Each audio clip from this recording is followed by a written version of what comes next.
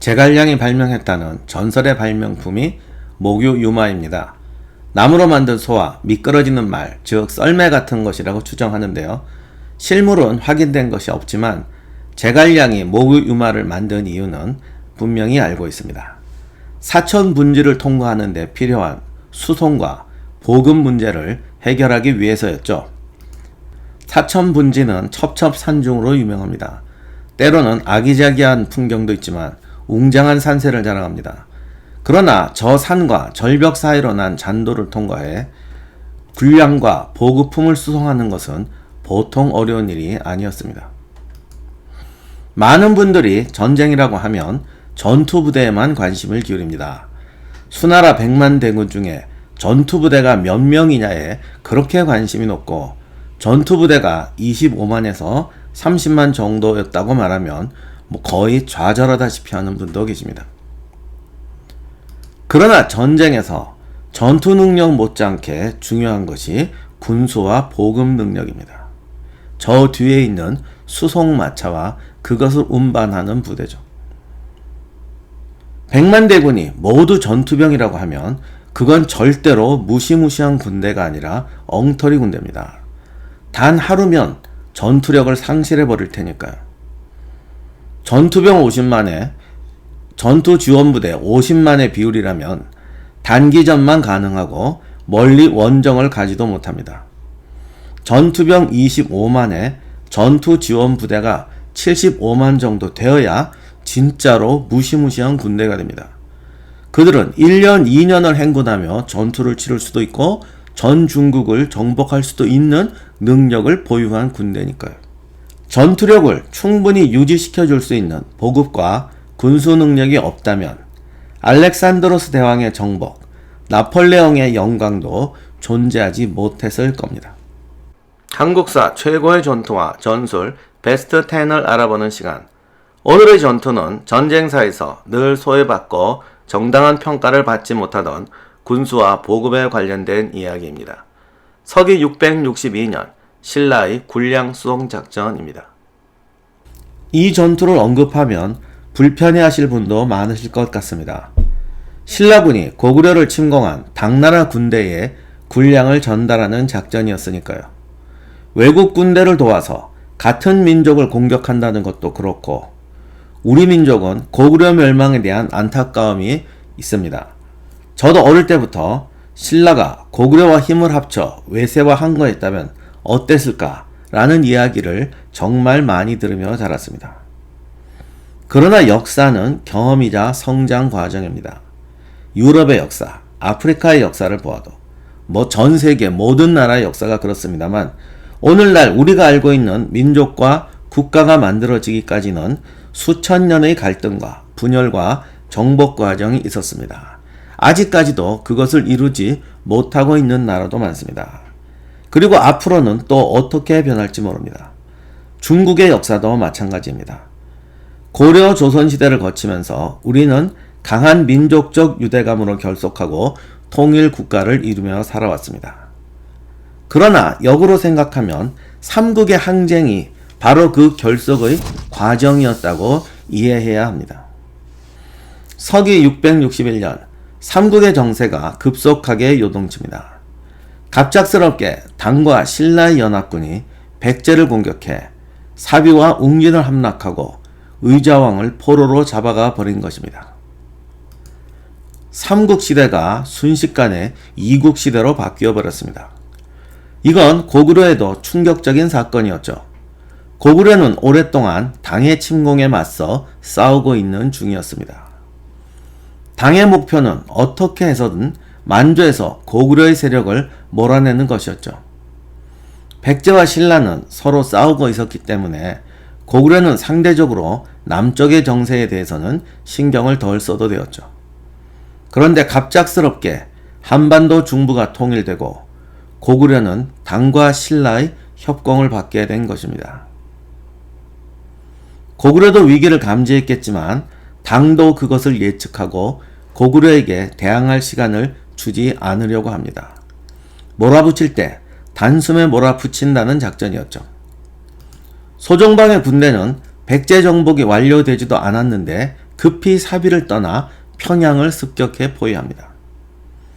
그리고 소정방군과 합류하기 위해 유목민 출신의 맹장이었던 계필하력이 압록강 방어선을 돌파해 남하하려고 합니다.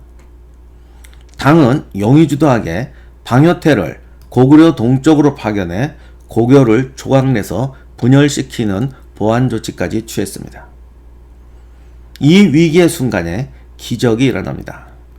계필하력의 본거지인 철릉에서 반란이 일어나 당조정이 급격하게 계필하력을 소환해 버렸습니다. 난감하게 된 것은 평양을 포위하고 있는 소정방군이었죠. 갑자기 고립무원의 상태가 되어 역으로 고구려군에게 포위되게 됩니다. 다급해진 소정방은 총공격을 개시하지만 이것이 오히려 화가 돼서 공격이 실패하고 역으로 고구려군에게 포위되어 버립니다. 당은 급하게 방요태군을 남하시켜 소정방군과 합류하라고 지시합니다. 그러나 이미 작전은 틀어졌고 소정방군은 전멸의 위기에 봉착했습니다. 놀란 당나라 고종은 신라의 문무왕에게 강압적인 요구를 합니다. 평양에 있는 소정방군에게 신라가 군량을 지원하라는 요구였죠. 신라에게는 청천벽력 같은 요구입니다. 지원부대를 보내는 것보다 군량을 수송하는 것이 10배는 더 어려운 일이기 때문입니다. 모든 군사작전에서 군량 수송은 최고난도의 작전입니다. 도로 사정이 좋지 않던 옛날에 수송작전은 현대인이 상상하는 이상으로 고되고 힘든 과제입니다. 그 중에서도 군량은 무겁고 상하기도 쉬워서 제일 어려운 과업이었죠.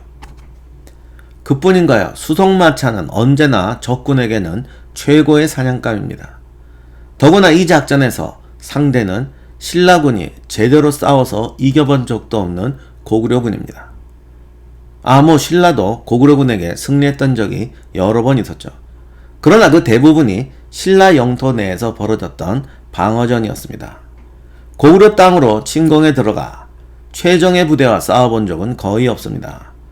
이 역시 진흥왕의 정복이라는 사례가 있다고는 할 수 있지만 그때는 고구려가 내전으로 거의 대항할 수가 없던 시기였습니다. 더욱이 이때는 한겨울입니다. 우리나라의 북쪽 지방은 겨울이면 영하 20도는 가볍게 내려가고 도로는 눈과 얼음으로 얼어붙습니다. 이것 역시 여러분이 지금의 기준으로 생각하시면 안됩니다. 요즘 우리나라의 도로망은 거의 세계 최고 수준입니다. 하지만 과거의 도로는 이렇지 않았습니다. 일단 여러분이 보시는 것처럼 평지가 아니었습니다. 도심과 도로 모두 지금은 언덕을 인정사정없이 깎아냈다는 것을 잊어서는 안됩니다. 과거에는 도시 한복판도 오르막과 비탈이 지금보다 훨씬 많았죠. 도시 밖의 도로는 좁고 구불구불하고 롤링도 굉장히 심했습니다. 조선시대 경상도에서 서울까지 조세를 육로로 수송하면 도중에 사람과 가축도 먹어야 하기 때문에 곡식의 60% 이상이 비용으로 소비되었습니다. 임진왜란 때 일본군은 수송 인원에 경호부대까지 부처했기 때문에 소모가 더 컸죠. 부산에서 서울까지만 와도 남는 게 하나도 없었다고 합니다. 그런데 662년에 신라군은 서울까지도 아니고 직선거리로 195km, 당시 도로 사정을 감안하면 300km가 넘고 더 춥고 험한 길을 행군해 가야 합니다. 신라의 고민은 그것만이 아니었습니다. 소정방군이 빠져나가자 백제 곳곳에서 백제 부흥군이 봉기합니다. 여기에 난데없이 일본군까지 백제 부흥군에 가세합니다. 당은 신라에게 사비와 웅진에 고립되어 있는 당나라 군에게도 군량을 조달하고 포위망을 풀어주라는 요구를 했죠. 신라는 고구려와 백제 양쪽에 군대와 군량을 보내야 할 상황에 빠졌습니다. 어느 하나를 감당하기도 힘든데 말이죠. 신라군의 유일한 희망은 북쪽에서 남하하고 있는 방요태군이 평양에 도달해서 신라군으로 향하는 고구려군의 압박을 풀어주는 것이었습니다. 방요태군이 충분한 군량을 가지고 와서 신라군이 갈 필요가 없게 된다면 그야말로 금상첨화였죠. 그러나 신라군의 기대는 물거품이 됩니다. 청천강에서 연개소문이 지휘하는 고구려군에게 방요태군은 몰살을 당합니다. 방요태와 함께 참전한 13명의 아들이 모조리 전사했다고 하는 고당전쟁의 역사에서도 당나라 입장에서 보면 손꼽히는 비극적인 패배였죠. 이제 소정반의 당군은 전멸할 수도 있는 상황에 처합니다. 방요태군을 제거한 고구려군은 한 부대는 평양으로 보내 소정방을 공격하고 다른 부대는 남하에서 신라군을 차단할 것이 분명했습니다. 둘 중 하나만 성공해도 고구려는 승리를 거머쥘 수 있습니다.